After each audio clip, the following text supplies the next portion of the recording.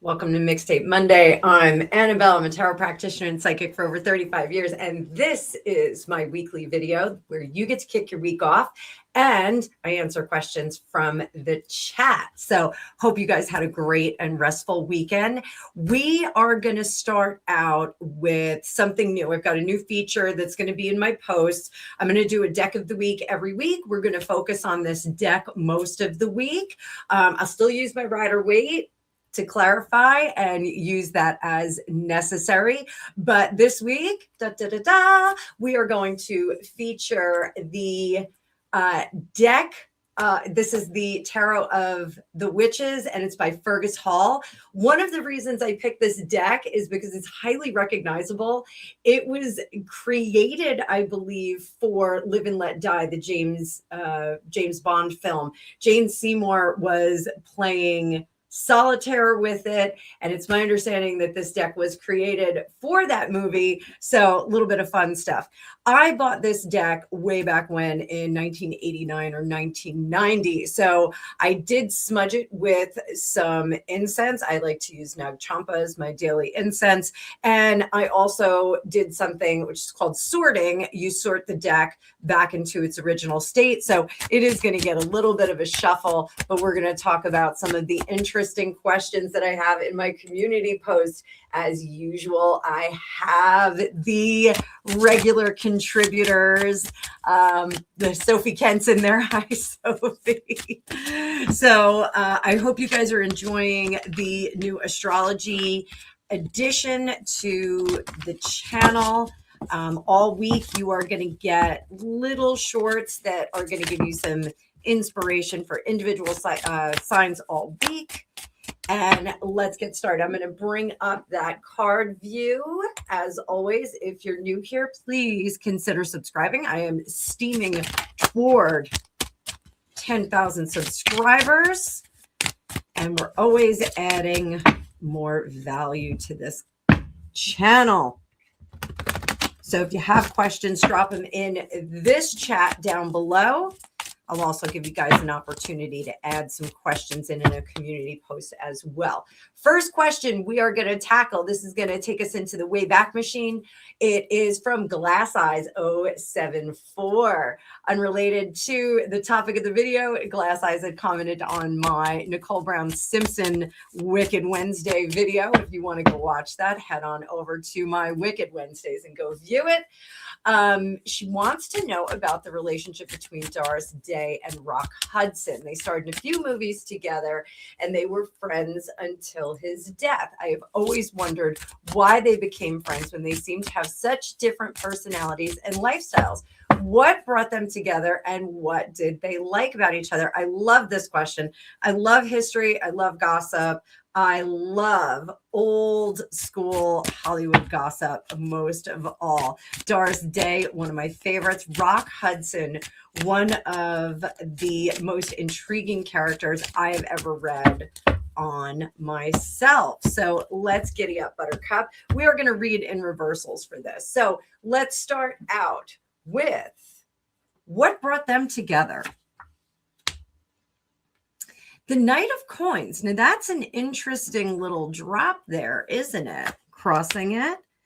And the Five of Swords. I do think that they were brought together discussing some financial matters, the ability to make money. Now, since it is a knight, knights are our questers. Remember that they are going out and establishing either legacy or finances, those kinds of things, going out and earning money. So having that Knight of Coins here tells me that what brought them together is a dearth of opportunities to make more money. So I think that there is something in their perspective. Now, given the time frame, and given that Rock Hudson had his true proclivities in terms of partnership concealed for some time, this is perhaps them crafting some ideas about promoting the legacy. With that Five of Swords there's mixed messages, complications, and I think that maybe they lean into each other. Let's clarify it a little bit. Let's put what's underneath. The King of Batons. This is career-based, certainly. Up top, we've got the Magician. I have a feeling that the two of them were trying to do a little puzzle piecing with each other and try and uplift both of their profiles together. This is something that content creators on YouTube do all the time. So I partnered up with a few different content creators, some more successful than others. And it does work. It does work because birds of a feather will flock together, boys and girls. And I'm sorry, it is Sunday when I'm recording this. I have my overalls on, not very glamorous. We have a Six of Pentacles in reverse. That is going to confirm what I'm looking at here, because the Six of Pentacles in reverse is not getting a lot of grace from the quarters that we are already in. There's also, with the Six of Pentacles, I want to remind you guys out there, especially my students, that there is an inequity of power dynamic when we get that card. When it's in reverse, and don't worry guys, I'm going to have a reversals class coming up really soon. It'll be a series. Reversals are not just one upright and one in reverse. We'll talk about it in the series on Sunday.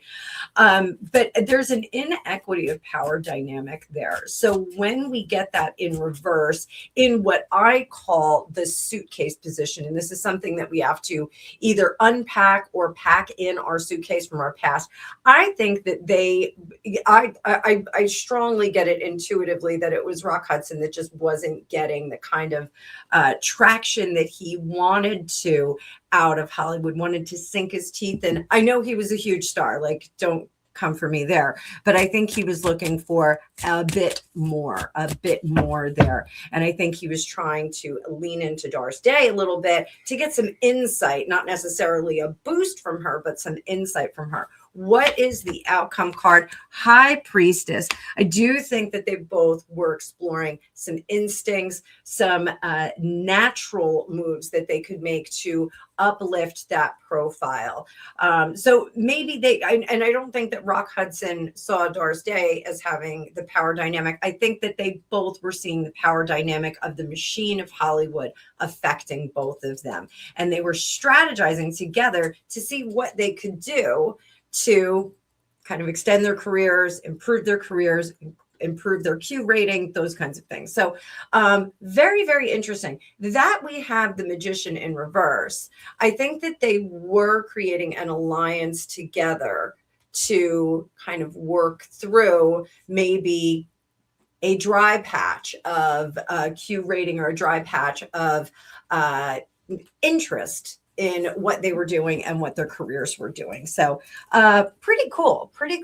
What did they like about each other? This is another question from Glass Eye. So let's see. What did Doris Day like about Rock Hudson? He was not hard to look at. So, and neither was Doris Day. She wasn't hard to look at either. So let's see. What did Doris Day like about Rock? And what did Rock like about Doris Day? She found him very intellectually engaging. With the Hermit, there was a lot about his lifestyle. And I am going to say, I think she was very keen on what his lifestyle was like and how he managed that lifestyle and how he kind of dipped around corners so people didn't know what was actually going on in his personal life. I think that was very interesting. And I think that she offered an opportunity to be a vault for him, to be a little bit of a tighter vault. What did he like about her? The Four of Pentacles, that she was really kind of, I want to say she was an oversharer about who she didn't like. This gives me a little bit of, if you can't say something nice about somebody, come sit next to me. I know that's Olympia Dukakis's line from Steel Magnolias, but I do think that they could kind of dish together. So I think that was actually kind of a cute little relationship. So they could get on the phone, they could sit down, have a cup of tea or a couple of cocktails and dish about others. So I kind of love that for them. I think it's very, very cute. So that's Rock Hudson and Doris Day. Very, very cute. Thank you so much, Glass Eyes, for your comment there, your question. Sophie Kent, one of my repeat offenders, wants me to do a reading on JFK Jr. and Carolyn. This was in response to what if Harry had resisted Meghan at the Inskip wedding. I'm going to give you a little preview, Sophie. So I'm not going to comment on your question because I'm actually going to do a long form video on it. I know you watch my stuff diligently, so you'll see this, Sophie. So what if JFK Jr. had not succumbed to the pressure of Carolyn Bessette and gotten married? I know famously she did not respond to his proposal for, I think, 24 hours or something like that. But what if they didn't get married? What if they didn't get married? What would JFK's legacy have been? So what would JFK's legacy have been? Queen of Cups, had he not married Carolyn Bessette Kennedy? I think there would have been less drama. I think he would have had less drama in his life, which probably would have been a good thing. I know a lot of my people follow Maureen Callahan. She does not have good things to say about him. He does seem kind of posthumously like a little bit of a jerk. He had a little bit more Kennedy in him than we all thought. So what else? Under the surface, Tower in reverse. I think we're going to clarify this. The Lovers. He would have been a bachelor a little bit longer, and I think there would have been some questions about him. There would have been some rumor milling about him. So did he have to get married to preserve the opinions, the popular public opinions of him? I think he did. What is behind him? Three of Pentacles. Ooh. Ace of Swords. And we have the Nine of Cups. I have a feeling he would have been bachelor a little bit longer. But I also strongly get the feeling that there may have been a little bit of the Tom Cruising of his relationships. I think that maybe they would have cultivated a spouse for him. I do think that this was something that his mother suggested. I think his mother really wanted to matchmake for him and find him a good spouse. Did she do that for Carolyn Kennedy Schlossberg? Perhaps. But I do think that with John, she wanted to select that spouse a little bit more. I think she needed to do that.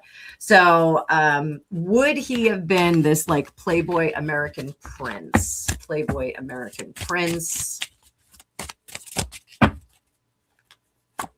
Past, present, future, and we're talking about not getting into the relationship with Carolyn Bessette Kennedy or not marrying her. In the past, he was rootless. In the present, this is when they were courting. We have the Six of Wands.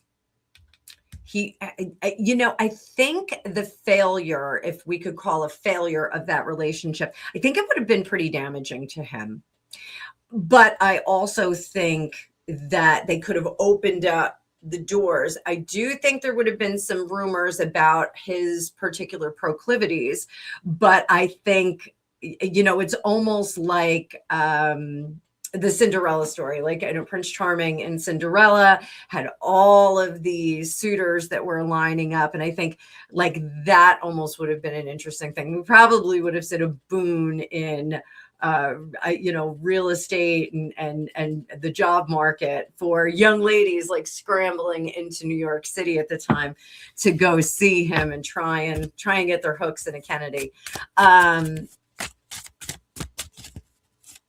Would he still have died in the plane crash? Would he still have died in the plane crash? Strength.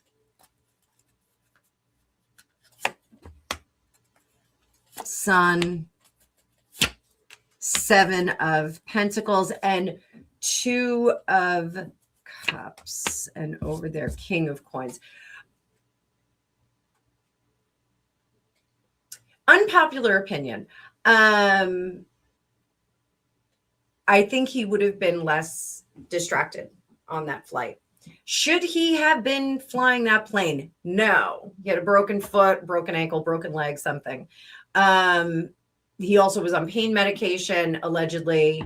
And I think he would have been less distracted and less flip and angry at the people or person that was in the plane with him. So I think perhaps he would have had a better appreciation of getting from A to B in his plane. He was going to his cousin Rory's wedding. We all know that. Poor Rory. Rory Kennedy, her father was assassinated right before she was born, and then her cousin dies right before her wedding. Like, holy crow. Let me know in the comments if you want me to do an astrology on her, because our astrology does affect some of the events around us. So looks like all of her major events have a little bit of a black mark on them. So do I think that he still would have been in the plane crash? I think he would have had another person in that plane with him who could have been a safety measure. So would it have been a flight instructor or someone else who could have flown the plane with him, or somebody who could have assisted in some fashion? Yeah, I think so. I think perhaps had he gone to that wedding as a, single, no plus one, I think he would have been better off. So, but we're going to do a bigger reading on that. So we'll just leave it for there. So I have another question from Carol H. Carol wants to know, will Peter Mandelson start singing like a bird and try and get his own back on the government and bring them down? Wow, big question. So I think Peter Mandelson is trying to save his own skin right now, but let's see what Fergus Hall's deck says. So we are going to split this and see Mandelson, Queen of Batons. He is definitely working up some good feelings about this. I think he's gaining momentum. The one thing about wands, and remember, our queens are our nurturers. They're the ones that are developing things. So this, I think he is developing his strategy and his course of action. He's a little fiery. He's a little angry about it. I think he's looking around the room and saying, not so many people are coming to my defense and helping me out. Let's see what's crossing him here. The Hangman in reverse. And that tells me everything that I need to know, because this means that Mandelson is seeing that others are not being held accountable for their own crimes and sins. So Mandelson is a little annoyed that he's the only one everybody's looking at. Is he going to start naming names? He's going to start naming names. The Hermit, the Lovers, the Ace of Coins. Guys, yes, Mandelson has the information. He's got empirical information about all of these entanglements. We can look at the entanglements right there. He's got the information about it. And I think he is, again, strategizing to start bringing that out. Remember, our hermit goes off into the distance and kind of compiles the information that he has so that he can release it and be a little bit more taken seriously instead of just going, well, I think that somebody was there, or I saw that they were there. He's getting his ducks in a row. And I think that there are some people that should be shaken in their boots. Is the prime minister one of them? Let's pull one card for that. And we've got a 7 of Cups in reverse, and that is our gaslighting, clearing. We're getting rid of it. Remember, 5s are chaotic, 7s are chaotic, but they're a little bit better formed. They're just a little bit jumbled up. We're talking about feelings and emotions. This tells me that there is somebody who is worried about him spilling his beans, and they are trying to appeal to him in an emotional fashion. So there may be some little notes that are sent over. Hey, just be cool about this. Don't do anything sketchy. So I think we should keep an eye on what Peter Mandelson's doing. Before we leave Mandelson,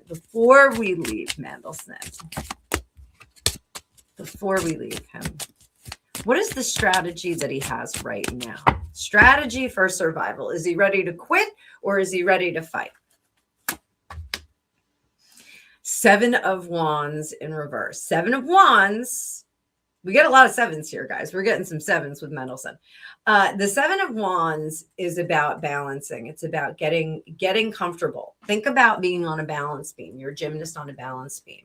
You're going to gain your center before you try and do the double back dismount.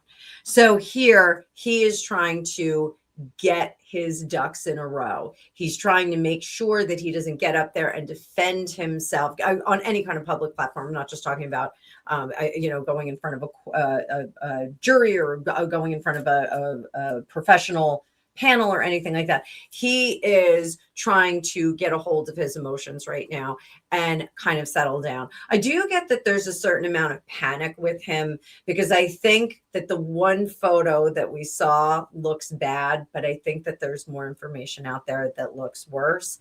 So I think he's a little panicked about what could be revealed. So right now, he is in strategy mode. He's not in fight or flight. He's in strategy mode, and he's trying to kind of get himself calmed down. So hopefully he'll do that, and he'll start telling us what's going on. So we'll just keep an eye on him for the time being. But good question, Carol. Thank you so much. All right. Who else do we have here? Who else do we have in my list? So, this is everybody's favorite subscriber, Dave Murphy. I'm looking at you. So Dave Murphy didn't pose a question, but I have some questions about what he said. So this is a couple days ago. He said, Queen Elizabeth actually, this is in response to my series on the King's Council. It's a Time Travel Thursday series where passed on monarchs are advising Charles III on what to do. This was specifically in the abdicators and the fallen. We talked about a few monarchs that stepped down from their role or were removed from their role and how they would advise King Charles with the crazy speculation that is going on around his activities with the Duke of Sussex and the former Duke of York. So Dave's comment, Queen Elizabeth actually visited David in a private capacity on a state visit to France in 1972, weeks before he died, much to the wrath of the Queen Mum, who did not like the Duke of Windsor or Wallace Simpson. So both Charles and the Queen had visited the Duke of Windsor. Oh, to be a fly on the wall on what was said when Queen Elizabeth II visited him. It's unprecedented for a reigning monarch to have contact with a former monarch, as the former monarch is usually deed. So, what was said in that meeting? Let's check it out. So, this will be a little conversation. We're going to have two piles. We'll put QE2 up here, Duke of Windsor down here.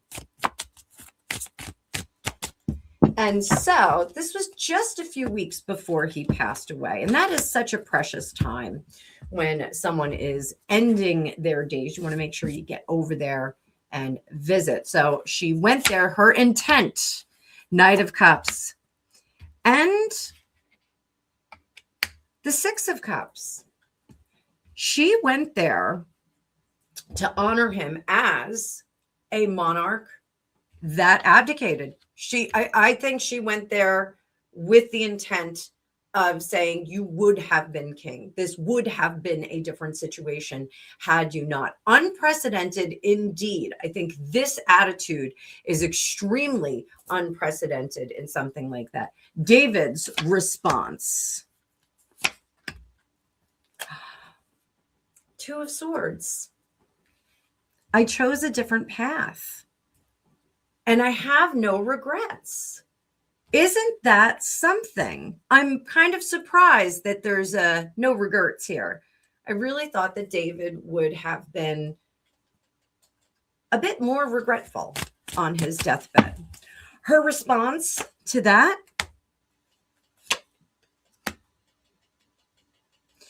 although you transformed, there is no denying that you are a monarch of the blood. That is shocking. That is shocking. Let me know if you think that's shocking in the comments. His response, the Devil in reverse and the King of Coins. Having removed myself from that responsibility, I truly found my true self. The legacy that I leave is one that I am perfectly fine with. I really thought this was going to be a completely different conversation, guys. I thought he was going to express regret. I thought he was going to express that he was glad that he had passed it on to her. But this seems very, very self-reflective. Very much, I am glad that I did what I did for myself. Not even for Wallace Simpson, for myself. A little bit of selfishness here. And how do we leave off the conversation? How do we leave off this circumstance with the two of them? Queen of Cups, Tower in reverse, Queen of Swords, Justice in reverse. Queen Elizabeth, darling Queen Elizabeth. I will endeavor to preserve the good of your legacy. I will endeavor to preserve that. And I will endeavor to express the strength that it took for you, David, Duke of Windsor, to give up the monarchy and go your own way. I take up the mantle. And his response, no need. The history books are going to judge me no matter how they see fit. There's no need. I want to, for my tarot students, I want to note the colors on this deck. One of the cool things is the suits all have a specific color background. The major arcana has a varied colored background, but look at what we got here. Major arcana and a suit, and we have major arcana and a suit, matching colors. Blue in tarot is very calming. It's very elevated kind of thinking. For David, we got red, which is passion and power. It's almost as if in the moment of his passing, he truly steps into the weight of his actions in abdicating, choosing Wallace Simpson, and zero F's given. Zero F's given on that deathbed. I think that this is very contrary to what we have been told, but I think this is zero F's given. Doesn't even care. What an amazing reading that I did not expect. I'm going to leave it there. Thank you so much, Dave Murphy, my friend. Friend on the internet and friend in real life. Thank you so much. This is great. I'm going to leave it there.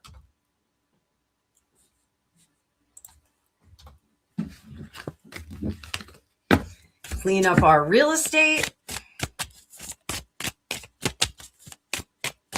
And let's see who we have next. Oh, this is a heavy question, but I think it's a relevant question for what we just covered with Dave Murphy's question. So what we have is a question from Jane Morgan, 9570. I see you, Jane Morgan. And it's in response again to the same video, the King's Council monarchs advise Charles III, abdicators and the fallen. Jane Morgan says he is so wrong. If King Charles does not abdicate, the people will turn against him and start demanding a republic. They are not happy with the way he is ruled. They see him as weak, and we're calling him out yesterday. This is 4 days ago. She wrote this. He was not their king. Lots of you jumped in on this conversation. So I think this is a great one. So let's ask, is King Charles hearing the people as they call for him to either become a stronger monarch or to GTFO? What do we got, kids?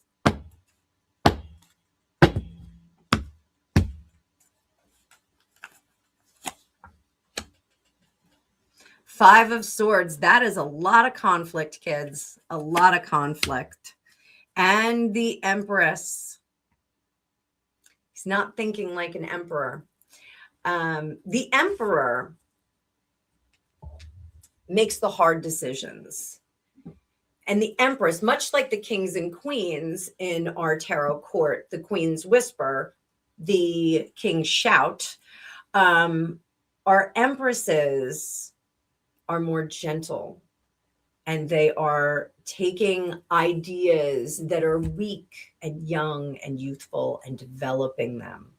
Whereas the Emperor is doing stress testing on individuals or on the public. Charles is trying to wrap his arms around the public. He is trying to grab too many in the public and bring them to his breast and let them know that he is kind. If he could choose a moniker, I think it would be King Charles III the Kind. Charles the Kind. I think he really would like Charles the Gentle, not Charles the Weak. He really wants to be liked. There's a certain capacity of him that wants to be liked. And this is in conflict with what he needs to do. That's why we have the Five of Swords. They're really trying to create a little bit of a different milieu around him. So is he understanding that the public wants him to do something bigger and bolder? The Magician, Ten of Swords in reverse, and the Three of Wands in reverse. He is of the opinion that the ancillary characters do not affect his monarchy as much as the public is seeing. So the antics of Harry and Meghan, the antics of Fergie and Andrew, the antics of any other participant in the royal family, he thinks that his work is more reflective than their actions. And he thinks that he can fight fire with flowers. He thinks that the public will see him as a more invested king because he is looking to the good works that he can do rather than the negative press that's coming from within his own bloodline. Does this work for Charles in the long run? Does it work for Charles in the long run?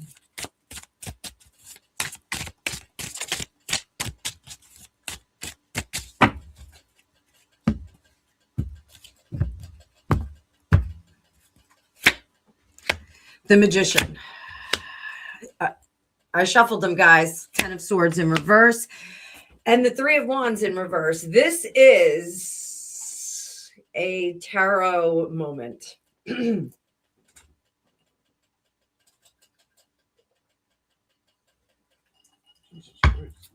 Teaching moment when we get the same cards. And you guys have seen this if you followed me and watched Dueling Tarot with Alicia Wicker. Sometimes we would get the same cards on opposite coasts of the United States. This is a confirming spread here that Charles is blind. Charles III, current reigning monarch, is blind to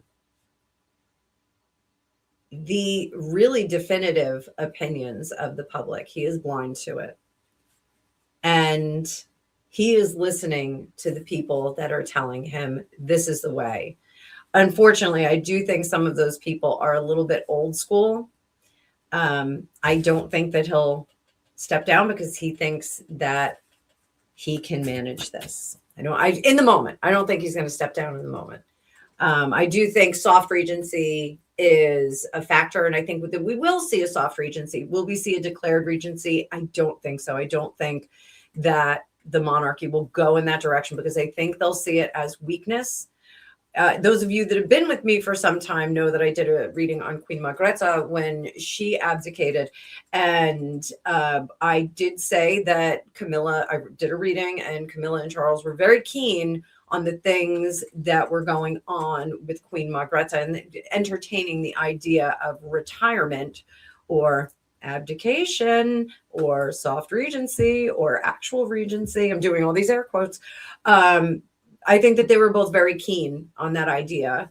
And the only selling point is that Charles can see the monarchy restored to glory under the reign of a King William and Queen Catherine.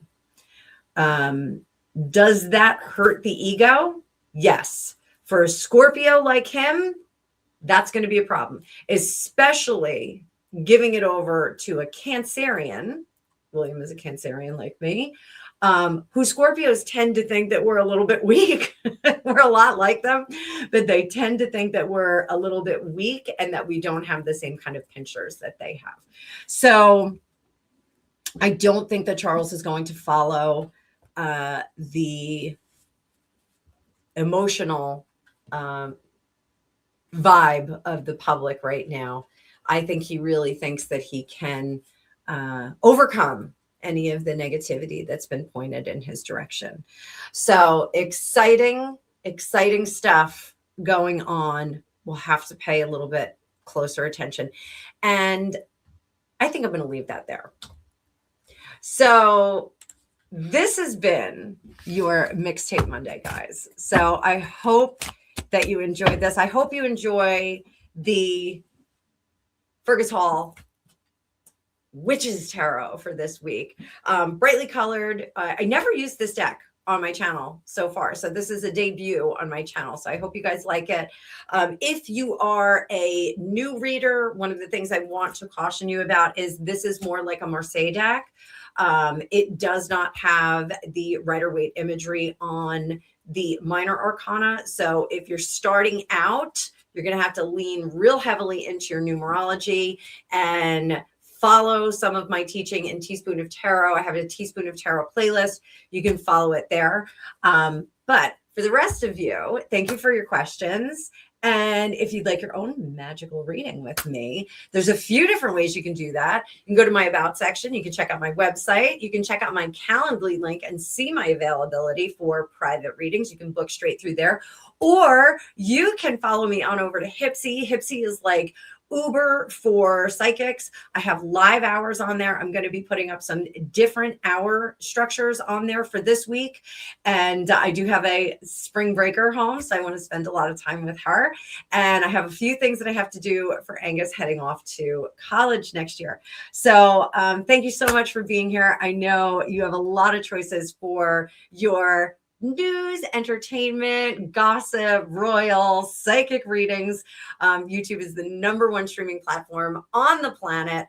And I really do appreciate you spending your time with me. So don't forget to drop your comments down below on what you would like to see for next week. I do try and get to as many of them as possible.